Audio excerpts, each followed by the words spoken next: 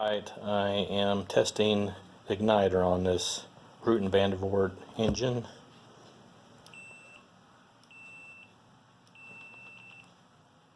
Looks like it's functioning just fine, so that ought to be good to go. Alright YouTubers, this is my igniter for my Root VanDervoort engine here. I'm not doing a full restoration, just getting it running, cleaned up and running.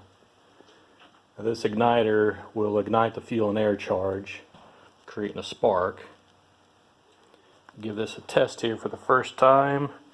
I've got a 12 volt battery here, just a little battery, and a 6 volt coil, which you don't want a entire 12 volts going to this igniter. So just hook up the ground and we'll see if it sparks.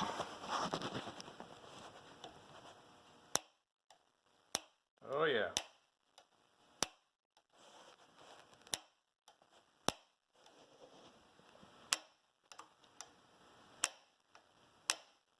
Pretty happy with that.